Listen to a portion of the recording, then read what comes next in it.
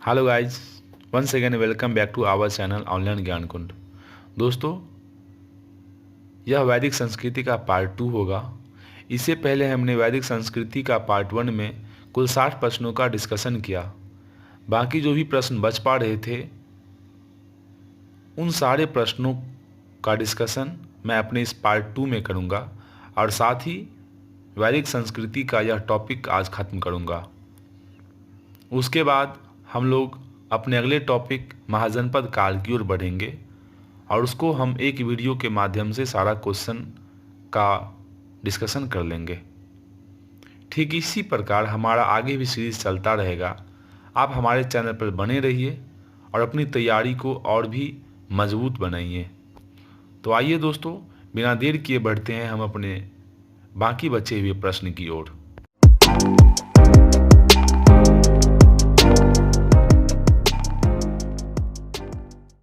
ऋग्वेद के किन 6 मंडलों को वंश मंडल या गोत्र मंडल कहा जाता है?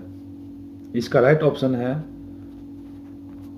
दूसरे मंडल से 7वें मंडल तक के मंडल को वंश मंडल या गोत्र मंडल कहा जाता है।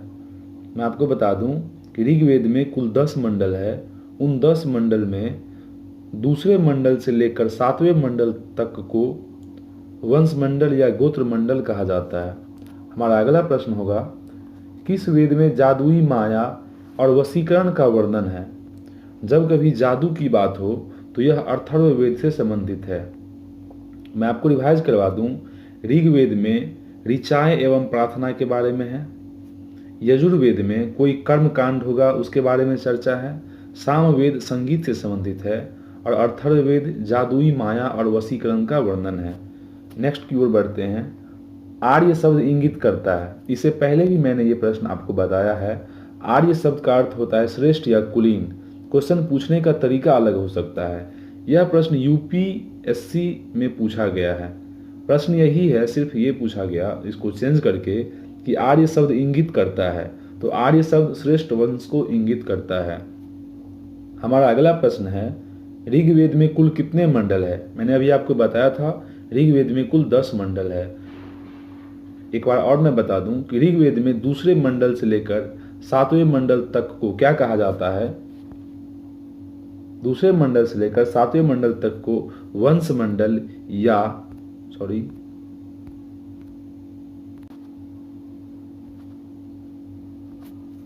ऋग्वेद के दूसरे मंडल से 7वें मंडल तक को वंश मंडल या गोत्र मंडल कहा जाता है। नेक्स्ट की तरफ बढ़ते हैं। आर्य भारत में संभवतः आए थे। आर्य भारत में संभवतः कहाँ से आए थे? आर्य भारत में मध्य एशिया से आए थे। 65 का राइट ऑप्शन हो जाएगा बी। बढ़ते हैं आगे प्रश्न की ओर। कौन सा वेद अंशतः गद रूप में भी रचित है? गद रूप में रचित है यजुर्वेद अंशतः। यजुर्वेद अंशतः गद रूप में भी रचित है। नेक्स्ट प्रश्न है हमारा, सभा और समिति प्रजापति की 2 पुत्रियां थी। इसका उल्लेख किस वेद में मिलता है?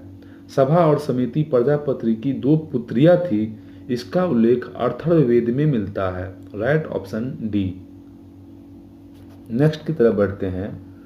ऋग्वैदिक युग की प्राचीनतम संस्था कौन सी थी?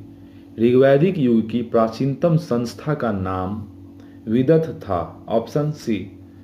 नेक्स्ट प्रश्न है, ब्राह्मण ग्रंथों में सर्वाधिक प्राचीन कौन सा है?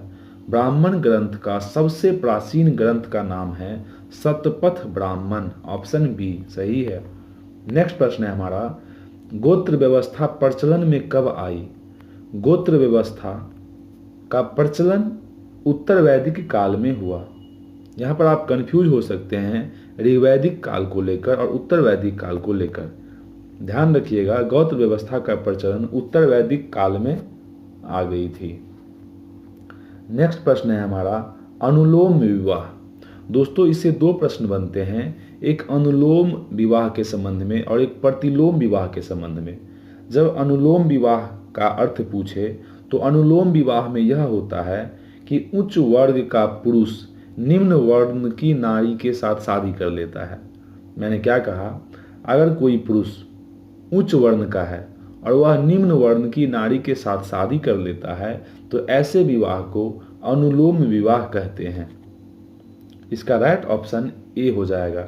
अगर प्रतिलोम विवाह के बारे में पूछे तो प्रतिलोम विवाह अर्थात इसका उल्टा कि उच्च वर्ण की नारी निम्न वर्ण के पुरुष के साथ शादी कर ले तो प्रतिलोम विवाह कहलाता है। आइए नेक्स्ट की तरफ बढ़ते हैं। नेक्स्ट प्रश्न हमारा यही पूछ दिया है, प्रतिलोम विवाह क्या है। प्रतिलोम विवाह में यह होगा कि जब उच्च वर्ण की नारी निम्न वर्ण के पुरुष के साथ विवाह कर लेती है, उसको कहा जाता था प्रतिलोम विवाह। 72 का ऑप्शन बी। हमारा अगला प्रश्न है, वैदिक युग में यव कहा जाता था। यव किसे कहा जाता था? वैदिक युग में यव जौ को कहा जाता था। इसी प्रकार वैदिक युग में व्रीहि शब्द का प्रयोग किसके लिए किया गया है? व्रीहि शब्द का प्रयोग चावल के लिए किया गया है। हमारा अगला प्रश्न होगा, अर्थर्व का अर्थ है। अर्थर्व संबंधित है अर्थर्व वेद से, और मैंने आपको बताया था अर्थर्व वेद जादू टोना से संबंधित है, अर्थात इसका ऑप्शन हो जाएगा ए। अर्थर्व का अर्थ पवित्र जादू होता है। 75 का ऑप्शन ए। हमारा अगला प्रश्न है, इसमें मिलान करना है। शिक्षा किससे संबंधित है? शिक्षा संबंधित है ध्वनि शास्त्र से, कल्पसूत्र संबंधित है कर्मकांड से, निरुक्त संबंधित है शब्द व्युत्पत्ति शास्त्र से, छंद संबंधित है छंद शास्त्र से। आप इसको अपने तरीके से भी याद रख सकते हैं। छंद का मतलब छंद शास्त्र। शिक्षा हम लोग ध्वनि के माध्यम से अच्छा समझते हैं, याद होता है, समझ में आता है। शिक्षा ध्वनि शास्त्र से। निरुक्त से मिलता जुलता शब्द है व्युत्पत्ति, व्युत्पत्ति। इसी प्रकार कल्पसूत्र कौ से कर्मकांड। आप इस तरीके से भी याद रख सकते हैं। वैसे आपको जो अच्छा लगा आप अपने तरीके से बना लीजिए। हमारा अगला प्रश्न हो जाएगा, प्राचीनतम व्याकरण अष्टाध्यायी के रचनाकार है। प्राचीनतम व्याकरण अष्टाध्यायी के रचनाकार पाणिनि जी है। पाणिनि। इसका राइट ऑप्शन डी। हमारा अगला प्रश्न है, निम्न में से कौन सी स्मृति प्राचीनतम है? आपको पता होगा सबसे प्राचीनतम स्मृति मनुस्मृति है। अगला प्रश्न है, आदि काव्य की संज्ञा किसे दी जाती है? आदि काव्य की संज्ञा रामायण को दी जाती है। बढ़ते हैं आगे प्रश्न की ओर। प्राचीनतम पुराण कौन सा है? सबसे प्राचीन पुराण में मत्स्य पुराण है। हमारा अगला प्रश्न है, ऋग्वेद में सबसे पवित्र नदी किसे माना गया है? ऋग्वेद में सबसे पवित्र नदी, इसका राइट ऑप्शन है सरस्वती को। सरस्वती को ऋग्वेद में सबसे पवित्र नदी सरस्वती को माना गया है। अगला प्रश्न है हमारा, वैदिक समाज की आधारभूत इकाई थी। वैदिक समाज की आधारभूत इकाई क्या थी? इसका राइट ऑप्शन हो जाएगा कुल या कुटुंब। वैदिक समाज की आधारभूत इकाई कुल या कुटुंब, राइट ऑप्शन ए। हमारा अगला प्रश्न होगा, ऋग्वैदिक काल के उस सबसे प्रधान देवता की पहचान करें जिसकी स्तुति में 250 सूक्त की रचना की गई थी।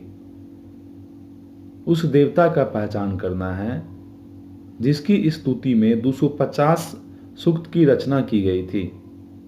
इसका राइट ऑप्शन हो जाएगा इंद्र।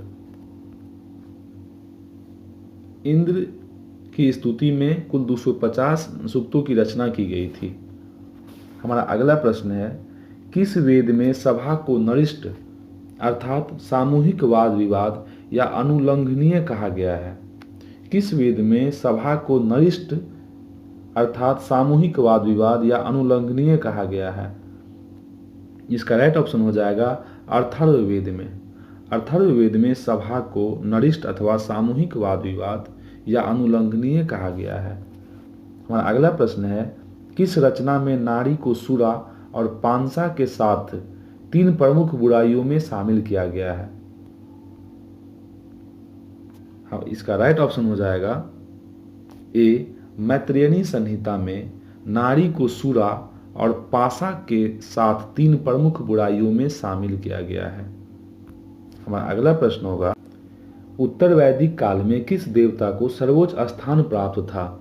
उत्तर वैदिक काल में प्रजापति को सर्वोच्च स्थान प्राप्त था। इसका राइट ऑप्शन हो जाएगा ए। हमारा अगला प्रश्न है, सुमेलित करना है। सुमेलित करना है, कौन सा यज्ञ किससे संबंधित था? राजसूय यज्ञ। राजसूय यज्ञ राजा के सिंहासन आरोहण से संबंधित यज्ञ था। राजसूय यज्ञ राजा के सिंहासन से संबंधित यज्ञ था। अश्वमेध यज्ञ। अश्वमेध यज्ञ राजनीतिक शक्ति को बढ़ाने हेतु किया जाने वाला यज्ञ। राजनीतिक यज्ञ। नेक्स्ट है वाजपेयी यज्ञ। वाजपेयी यज्ञ में शौर्य प्रदर्शन व प्रजा के मनोरंजन नार्थ किया जाने वाला यज्ञ।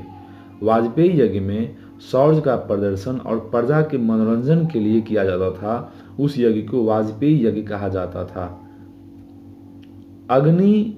अग्निष्ठोष्म यज्ञ देवताओं को प्रसन्न करने हेतु अग्नि को पशु बलि दिया जाने वाला एवं सोमरस का पान किया जाने वाला यज्ञ।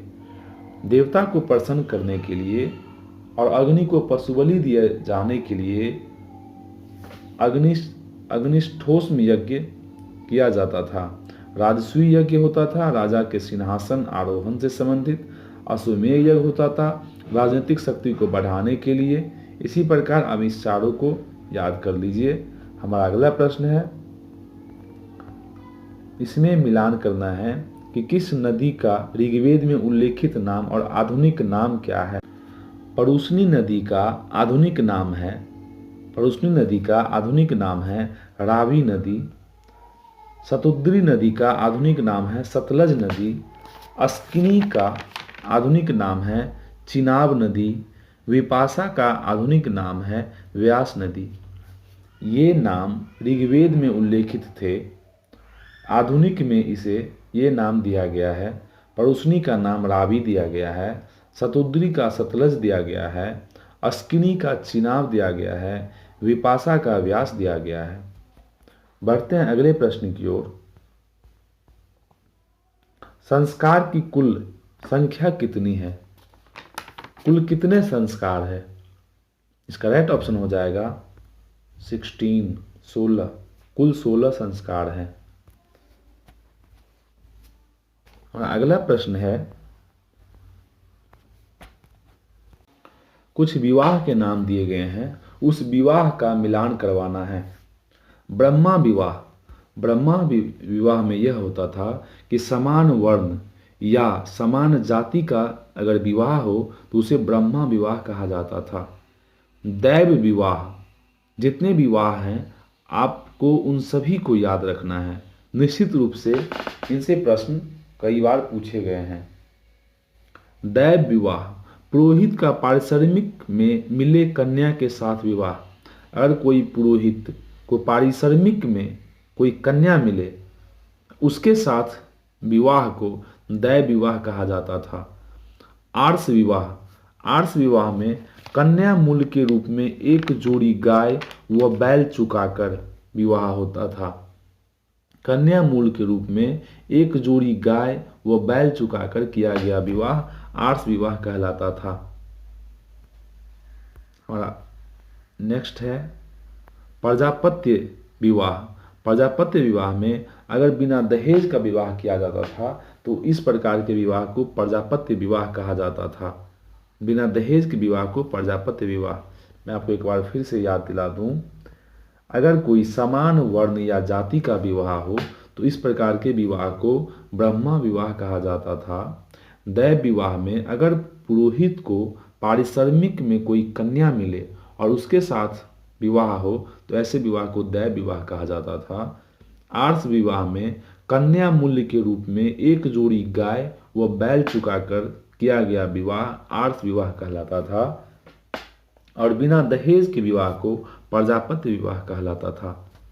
हमारा अगला प्रश्न है, विवाह से ही संबंधित है, उसका मिलान करना है। ये सारे विवाह के नाम हैं। गंधर्व विवाह। गंधर्व विवाह में प्रेम विवाह को गंधर्व विवाह कहा जाता था। गंधर्व विवाह अर्थात प्रेम विवाह। आसुर विवाह। कन्या को खरीद कर किया गया विवाह आसुर विवाह कहलाता था।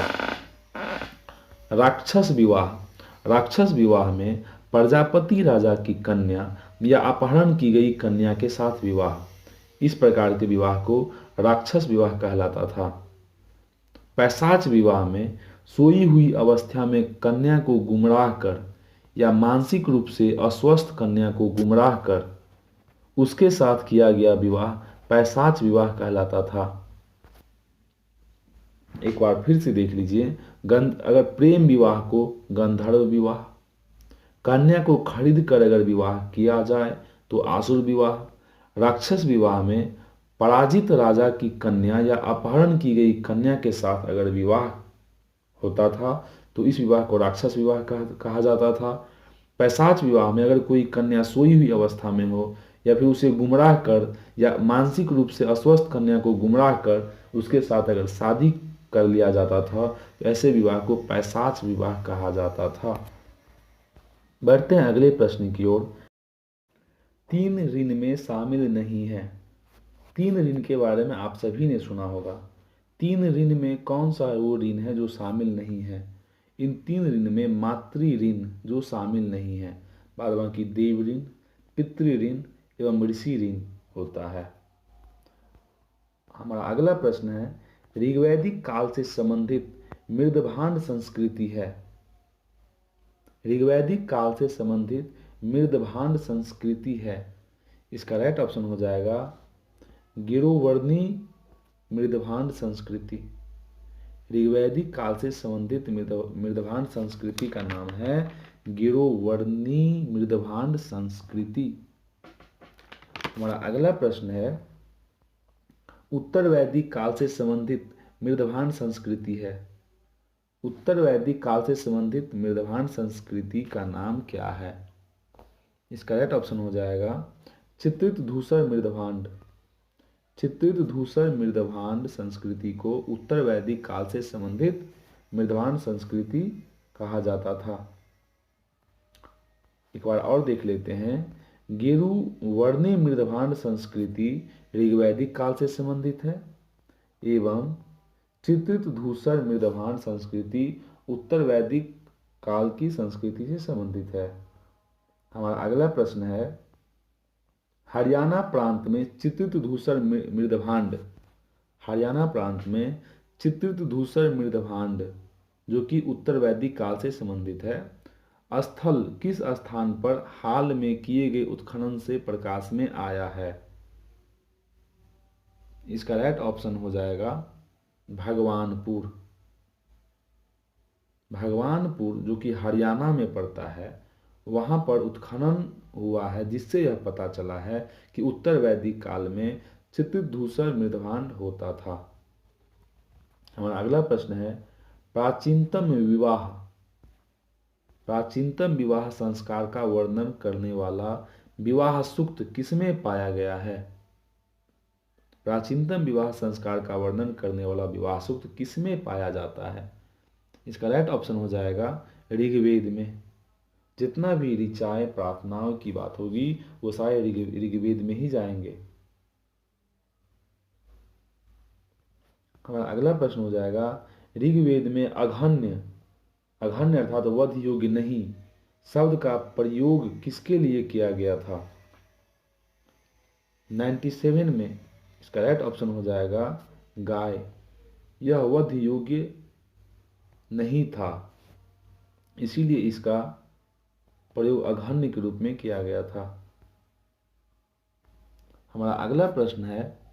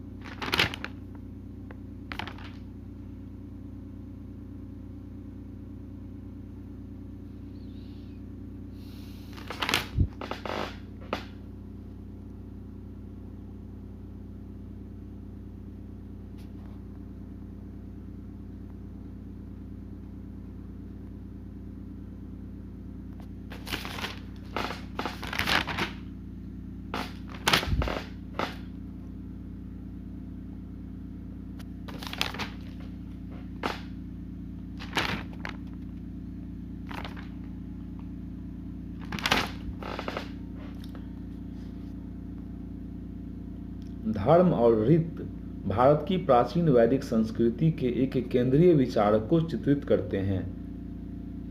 धर्म और रीत भारत की प्राचीन वैदिक संस्कृति के एक केंद्रीय विचार को चित्रित करते हैं। इस संदर्भ में कौन सा कथन सही है? धर्म व्यक्ति के दायित्व एवं स्वयं तथा दूसरों के प्रति व्यक्तिगत कर्तव्य की संकल्पना था। बिल्कुल सही बात है। रीत मूलभूत नैतिक विधान था जो सृष्टि और उसमें अंतर्निहित सारे तत्वों के क्रियाकलाप को संचालित करता था। ये भी सही है। इसका राइट ऑप्शन 1 एवं 2 दोनों हो जाएगा। हमारा अगला प्रश्न होगा, आर्यों के आर्कटिक होम सिद्धांत का पक्ष किसने लिया था? आर्यों के आर्कटिक होम सिद्धांत का पक्ष किसने लिया था? बीजी तिलक। इसका राइट ऑप्शन हो जाएगा सी। बीजी तिलक ने आर्यों के आर्कटिक होम सिद्धांत का पक्ष लिया था। नेक्स्ट प्रश्न है, मिलान करना है 110 का। वैदिक नदियाँ जिसका आधुनिक नाम क्या है? उसे पहले भी मैंने ऋग्वेद में जो नदी का नाम था उसका आधुनिक नाम क्या था उसके बारे में बताया था। यहाँ देखते हैं इसका राइट ऑप्शन क्या हो जाएगा। कुमा। कुमा का आधुनिक नाम है काबुल। पड़ूसनी का आधुनिक नाम है रावी। सदानीरा का आधुनिक नाम है गंडक। शतुद्री का आधुनिक नाम है सतलज। हमारा अगला प्रश्न है, ऋग्वेद में कुल कितने सूक्त हैं? ऋग्वेद में सूक्तों की संख्या बतानी है। ऋग्वेद में कुल 228 सूक्त हैं। हमारा अगला प्रश्न है, पूर्व वैदिक आर्यों का धर्म प्रमुखतः था। पूर्व वैदिक आर्य का धर्म क्या था? इसका राइट ऑप्शन हो जाएगा प्रकृति, पूजा और यज्ञ। पूर्व वैदिक आर्य का सबसे प्रमुख धर्म था प्रकृति, पूजा और यज्ञ। हमारा अगला प्रश्न है, निम्नलिखित में से किसे भारतीय परमाणुवाद का जनक कहा जाता है? भारतीय परमाणुवाद का जनक किसे कहा जाता है? इसका राइट ऑप्शन हो जाएगा महर्षि कणाद को। महर्षि कणाद को भारतीय परमाणुवाद का जनक कहा जाता है। हमारा वैदिक सभ्यता का अंतिम प्रश्न यह होगा और इस टॉपिक को खत्म होने के बाद मैं आप लोगों के लिए महाजनपद काल से जितने प्रश्न बन पाते हैं या फिर जितने ही प्रश्न पूछे गए हैं उनका डिस्कशन करूंगा। देखते हैं अपने वैदिक संस्कृति के लास्ट प्रश्न को। सतपथ ब्राह्मण से संबंधित राजा विदेद्य माधव किससे संबंधित ऋषि थे? इसका राइट ऑप्शन हो जाएगा ऋषि गौतम रहुगन।